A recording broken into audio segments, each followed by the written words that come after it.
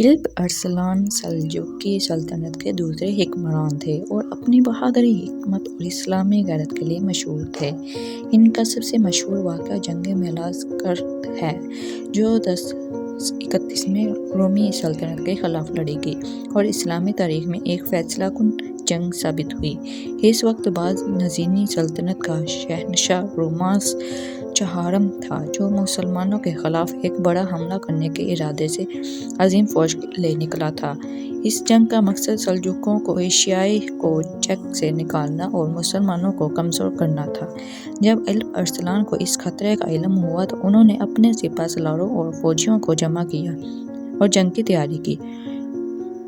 اس وقت ان کا اللہ پر بھروسہ، ایمانی قوت اور حکمت عملی نمایاں طور پر نظر آئی۔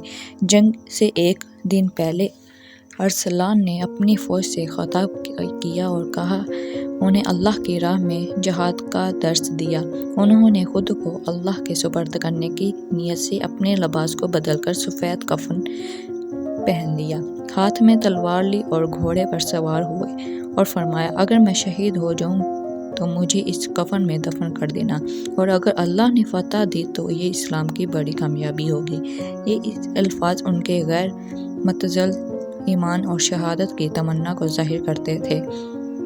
جنگ کا دن آیا اور الپ ارسلان نے اپنی چھوٹی مگر پرعزم فوج کو حکمت عملی کے ساتھ میدان میں اتارا۔ دوسری طرف باز نزینی فوج تعداد میں بہت زیادہ تھی اور ان کے پاس جنگی ہاتھی اور جدید اسلحہ بھی تھا، لیکن الپ ارسلان نے چالاکی سے ایک جنگی حکمت عملی اپنائی جسے چھوٹی پسپائی کہا جاتا ہے۔ انہوں نے اپنی فوج کو پیچھے ہٹنے کا حکم دیا، جس سے باز نزینی فوج کو لگا کہ مسلمان کمزور ہو گئے ہیں اور بے ترتیب ہو کر حملہ آور ہوئے۔ جس سے ہی باز نزینی فوج تیزی سے آگے بڑھے، الپ ارسلان نے ایک زبردست جوابی حملہ کیا جس میں باز نزینی فوج پسپا ہونے لگے۔ مسلمانوں کا جدید بہادری اور الپ ارسلان کی حکمت عملی کامیاب رہی اور چند ہی گھنٹوں میں باز نزینی فوج کو زبردست شکست ہو گئی۔ سب سے حیران کن واقعہ یہ تھا کہ خود باز نزینی بادشاہ روماس چہارم جنگ کے دوران گرفتار ہو گیا۔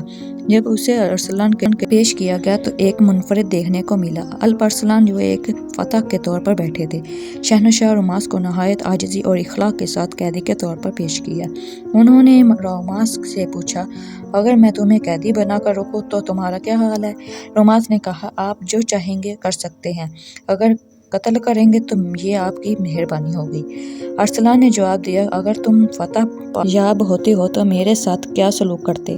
روماس نے کہا، شاید میں آپ کو قتل کر دیتا یا قید ڈال دیتا۔ یہ واقعہ نہ صرف الپ ارسلان کی جنگی مہارت، بہادری اور ایمان کی مضبوطی کو ظاہر کرتا ہے، الپ ارسلان کا یہ واقعہ آج بھی اسلامی تاریخ میں بہادری اور انصاف کی ایک اعلیٰ مثال کے طور پر یاد کیا جاتا ہے۔